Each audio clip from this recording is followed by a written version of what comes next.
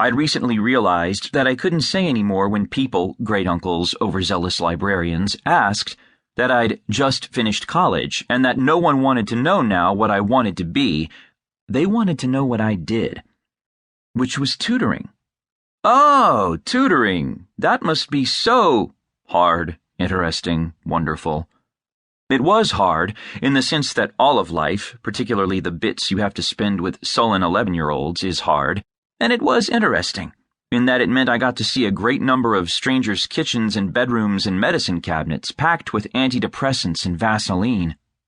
It was also wonderful, at the ends of sessions, when I would nod farewell to a parent or babysitter and spill back out into the world, free and light and finished. For the 2 years after college, I'd had a more conventional job, at a political magazine on Capitol Hill. This magazine was tiny and well-respected, perpetually on the brink of bankruptcy, overseen by its 80-something FDR-revering founder, staffed by young and exhausted and brilliant people who moved on after a year or two and haunted you forever after with their bylines.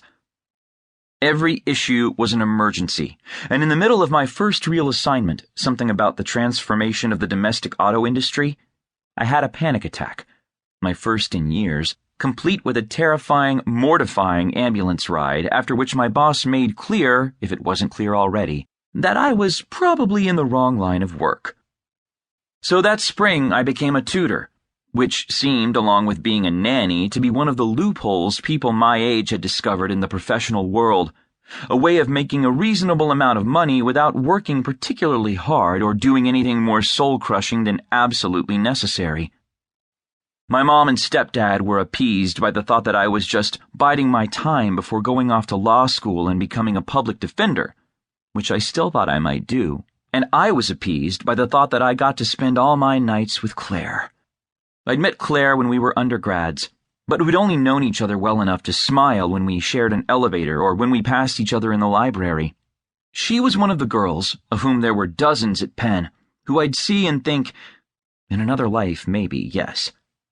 Red hair, pale skin, freckles that weren't so much countable as a kind of wallpaper pattern.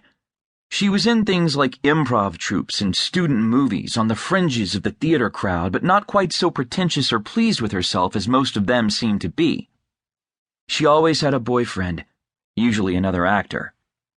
I first saw her in D.C. at a party in Adams Morgan just before I left the magazine. It's always unsettling, seeing people you've almost but not quite forgotten about. Not because they've changed, she'd hardly changed at all, but because they've gone on existing, finding jobs and making friends and moving apartments, all without the help of your thinking about them. So there she was, Claire Breyer, standing in front of the little table that someone had set up with bottles of vodka and juice in red plastic cups. We hugged when we saw each other, despite never having hugged when we'd seen each other regularly. We carried our drinks over to the window, because even though it was April, the heat was on in the apartment, and while we talked, she fanned herself with her hand. She turned out to be living alone on U Street, working at a think tank, still doing improv on the weekends. She finished her vodka and poured herself another. She looked, I thought and think, like a girl who should live on a rocky beach in New England, drink enormous mugs of dark tea, dig up clams. You always seemed like such a dude, she said after we'd been talking for a while. I thought you were a flip cup kind of person. I thought you were a vocal exercises kind of person. Me. We hugged again before she left, more confidently than before, and she told me that I should come to her next improv show. I did, and that did it. There were, in those first weeks, afternoon coffees that ended with us on a bench near her office, her legs in my lap. There were mornings of having to unmake the bed to find our underwear. There was kissing goodbye on the metro platform. By that first fall together, we were spending almost every night at her apartment, reading next to each other in bed, having conversations between the shower and the bedroom. So I guess this is what it feels like, she said once, when we were leaning forehead to forehead, the only two people on the long escalator in Union Station. I wish I could take that year, like the salvageable bits of a meal dropped on the floor, and separate it from what happened next, which now seems minor, but which at the time seemed baffling and tragic and unbelievable. What happened is